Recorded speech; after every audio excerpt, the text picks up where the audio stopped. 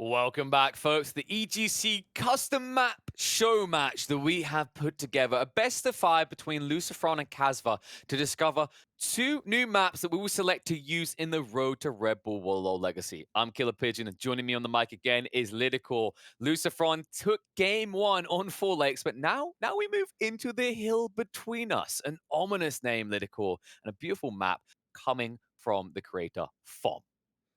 Indeed, and this is one of those maps that we don't really have in Age of Empires 4 right now. It's the limited gold maps. The only map that I can think of that looks like that is King of the Hill, but that is a completely different playstyle, right? Like, we're seeing all-in style approaches to control the sacred site. This map is different. What this map is about is that you start with so little gold that you have to expand towards this central ridge, which has most of the gold, and it's a very open area. So it's gonna be all about you fighting for those gold deposits. But without further ado, let's jump straight into game number 2 over here. Once again, we are doing this show match in between LucifroN and Kasva to check out how these custom maps play out in the hands of pro players, see how they work out, and see which work best for Road to Wololo Legacy. Lucy is yoinking big as well at the start of this. Like, look how much he's going to deny away from Kasva. Kasva is playing the Roost. We just saw last time it was actually LucifroN man the Roost on 4 lakes. And, look at this map already. Can I just point out how possibly unneedlessly big this hill is? It's a big hill. That's for sure. I mean, at least it's in between the two players, right? Like the name indicates, the hill between us, a massive ridge. All 3 sacred sites are on that ridge, the boars are on the ridge as well, but it's all about those big gold mines. And if you take a look at the starting bases of the players, you can see what this map is all about. Very limited amount of gold to work with, some of that even exposed on the front. So you will have to fight for those large gold mines right at the beginning. The dynamics of this map I like a lot, because essentially you have a lot of starting forests that allow you to wall yourself in, so you can play a little more passive at the beginning of the game, and then unleash hell in mid-game, try to control the gold mines, or you can also play very aggressive, maybe even think about something like a tower rush. But let's take a look at the civilizations here. English versus the Rus. There's quite a lot of hunt over here apparently for Kasva, so picking the Rus, not a bad idea. He's only at 180, but like we could see that part of that was LucifroN yoinking away quite a lot of deer here, or, well, wolves more precisely. Yeah, he took the deers, he took 3 wolves with him, he had a bunch of sheep alongside him. He's been an absolute pain in the ass. Looks like Kaz will get up to about 230, and I'm not sure how much left on the map there is. Now, this is going to be a very different game to when we watched the 4 lakes in the opening for the Roost, because this game, instead of just being 2 scouts, you build a hunter cabin, you go up to 3, you go up to 4, and the fact that Kazva went up to 4 is peculiar to me. I wonder if he's considering pro scouts. It would be an unorthodox choice, even for the Roost these days. But in this matchup, you tend to consider it. Like, is it viable? Because the English don't bother with deer at all. And with more recent English builds, they don't even try to harass you when you go for pro scouts, as they're more focused on their own economy. Yeah, that's a great point that you bring up, especially because if you take a look at the deer spawns, these are not good these deer spawns for a forward mill or something like that, or well, for the Rus it's a hunting cabin.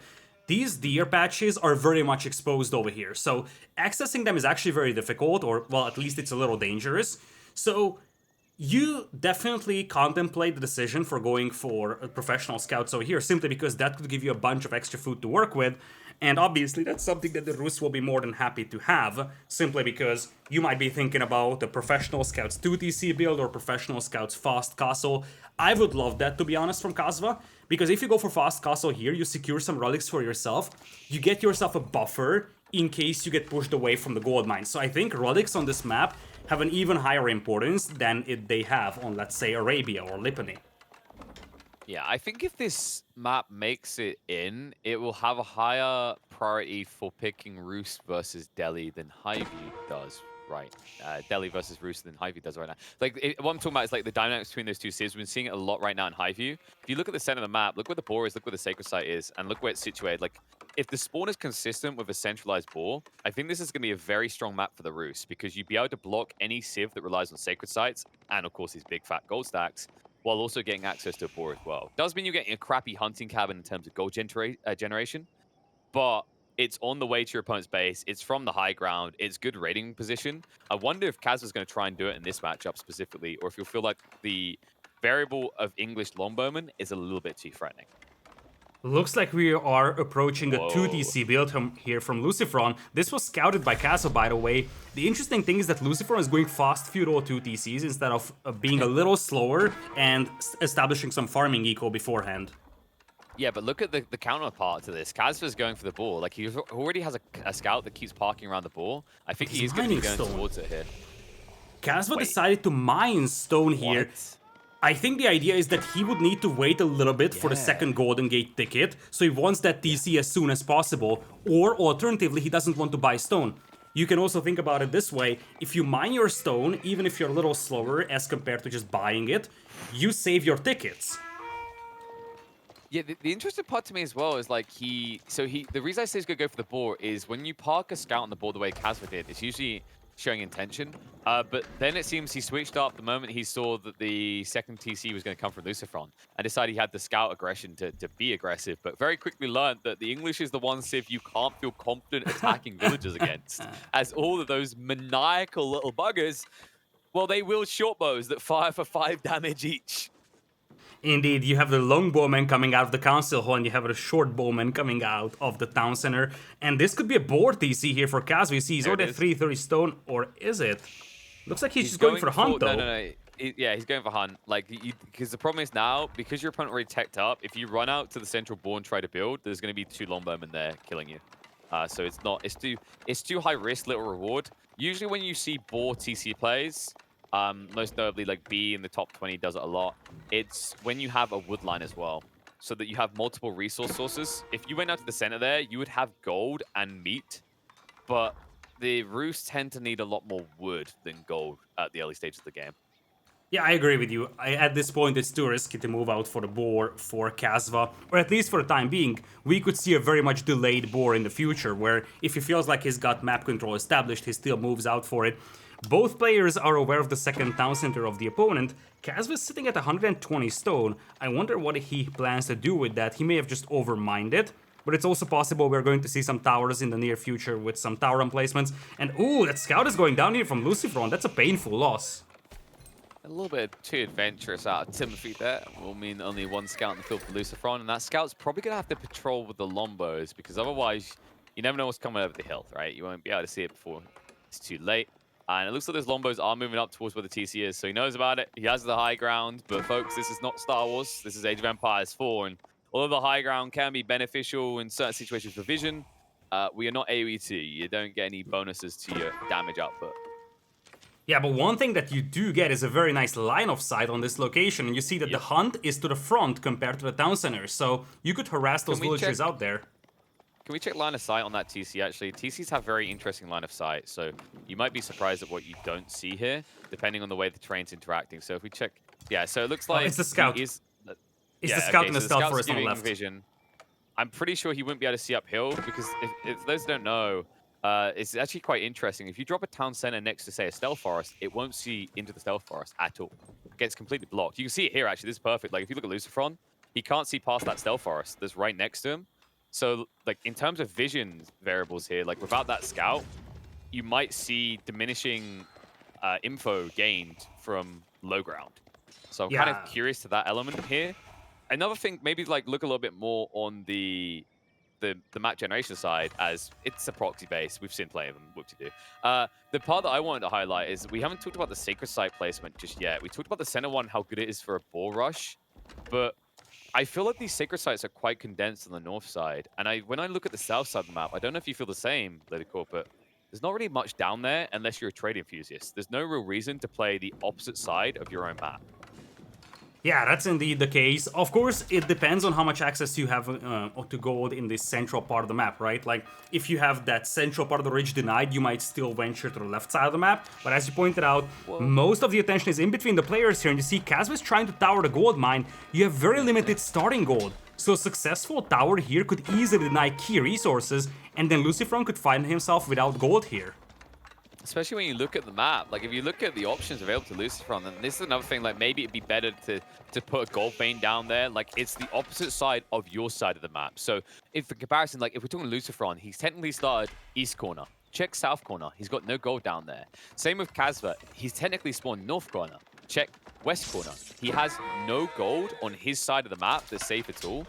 And if I wonder if it would be better to add either Sacred Sites or Gold down there, because you could still have it as a contention point because it's hard to defend, but it gives some flexibility. I'm starting to feel that this map might lend itself to early aggression and exactly what Kaz was doing here, outpost rushes.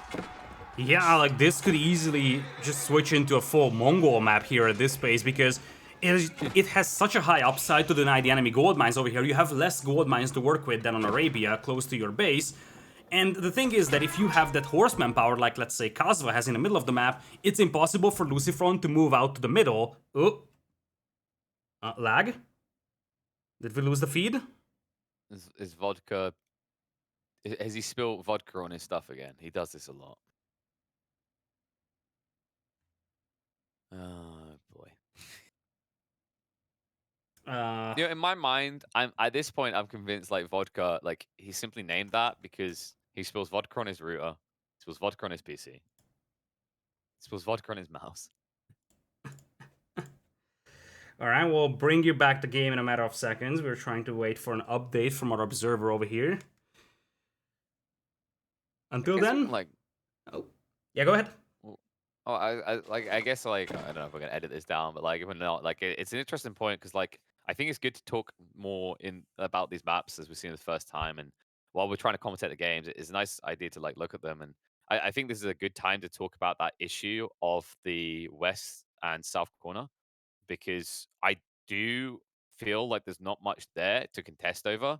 It's kind of weird because it creates like while it's good to create a desire to play towards the center of the map to encourage players to come out. At the same time, like it's not as if I'm asking for a bolster in their own corners, right? I'm saying the opposite corner on their side of the map is incredibly empty and there's no value whatsoever in playing towards there. I think there was like maybe one wood line, possibly, and then a relic. But like you're not going to build a base down there or anything. You're not going to build an expansion. You're going to walk down, pick up a relic, and in the hyper late game, you might go back. So I wonder if that's something maybe the designer needs to look at. I think the sacred sites being there personally would be really cool. I think sacred sites should being shifted from the north side to the south side actually puts enough weight on the opposite corners of the player's home territory.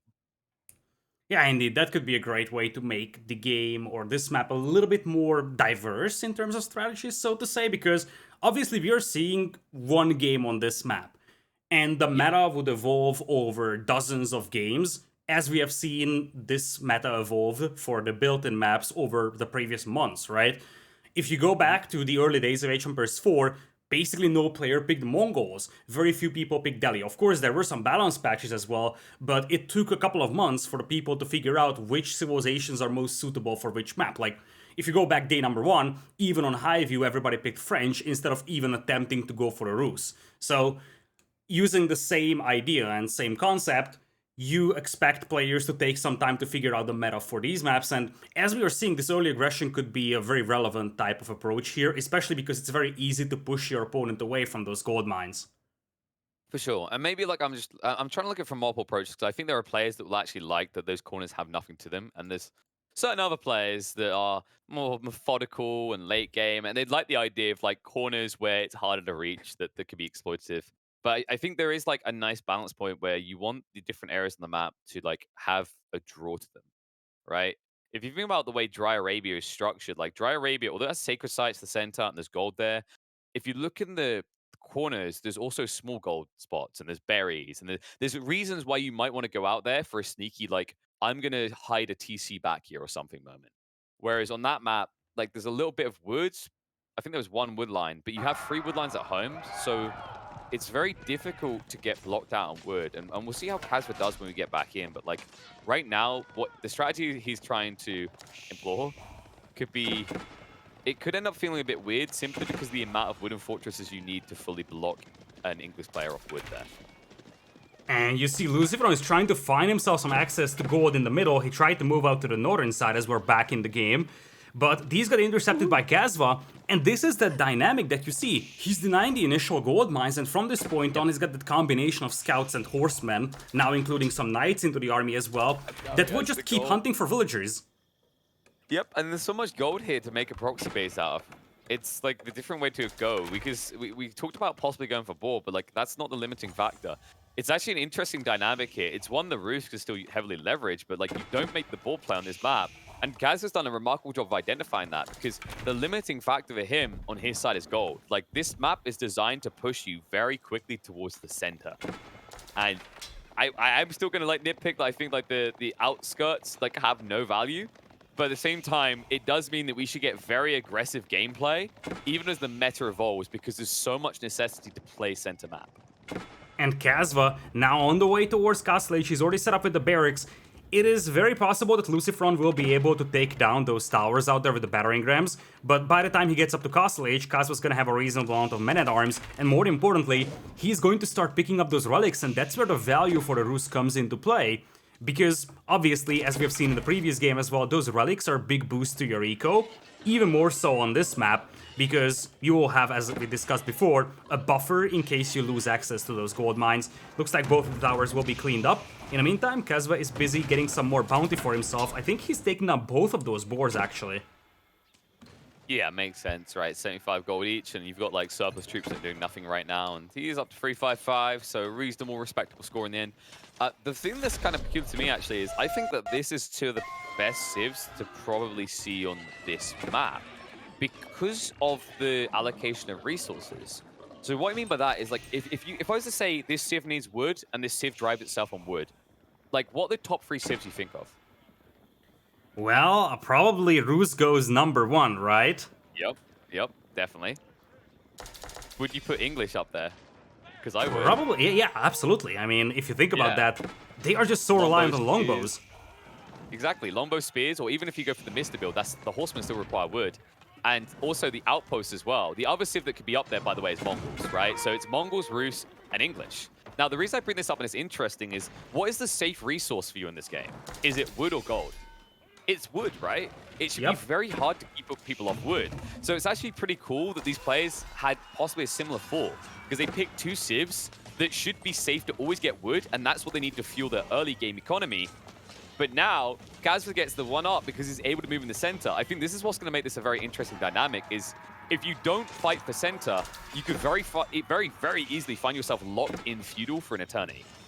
This is a common sight on the maps that do have limited amount of starting gold. These are like the gold control style maps, where if you play very passive at the beginning, then you could easily get locked away from the central gold deposits, and by the time you have the army to push out, you essentially just bump into an army that will fend you off, and then you have no access of gold. So this map, alongside many of the other maps that play out for gold control, is very heavily focused on denying that gold in the middle, and right now, Kasva's doing a great job with that. Yeah, LucifroN just can't get out. He's really hard stuck here. He does castle up in the end, but he's now miles behind. You see the Siege Workshop ordered in the front. And I think it's quite peculiar because when I look at this map, if I had to choose an existing map to compare it to, the dynamics of play, or at least like I think the intended design, I'd say, is the better approach, is in some ways similar to French Pass. In that French Pass was designed to be a map where you had to fight for the center because you ran out of gold fast. The issue with French Pass is it doesn't play out that way because it gives you 2 gold veins for the safety of your side. I actually think this is like improving upon the French Pass concept because you only have 1 vein. And although you can do a reasonable amount with 4,000 gold, by the 20-25 minute mark, you need to start moving out fast. Yeah, that's a great point that you bring up. And the other concept of this is that the French Pass, especially the old French Pass, was very well defendable, very well volable. Even the new one is much more defendable than this map here. So you're much more prone to that early aggression, which just confines you into your base, or just forces you to make army. And because of that, you can't just boom up on 2 DC Song Dynasty Chinese and then just move out for a gold when you really need it with like a late Imperial army, right? Exactly, and he can never complete his wall, so this harassment continues. You see the power taking center fast here, like Kaz was given a pristine example. I think the interesting thing to think about, like the dynamics of play here, is like to use French Pass as a comparative. Like French Pass, it wasn't just that those like it was more defendable, because people could argue right now that like if you look at all the wood lines around your base on this map, it should be more defendable. Yeah, but it's more exploitable because it's not just a defense point. It's not a mountain that has no other purpose. This is a resource bank, and it's why if an opponent blocks it out or pressures it, it actually has a knock-on effect. So another thing that's going to be interesting from this type of map is the way that players utilize choke points. You can see LucifroN tried to create a choke point, but he had no way of leveraging it. It wasn't meant to just stop there. He was looking for a full wall in.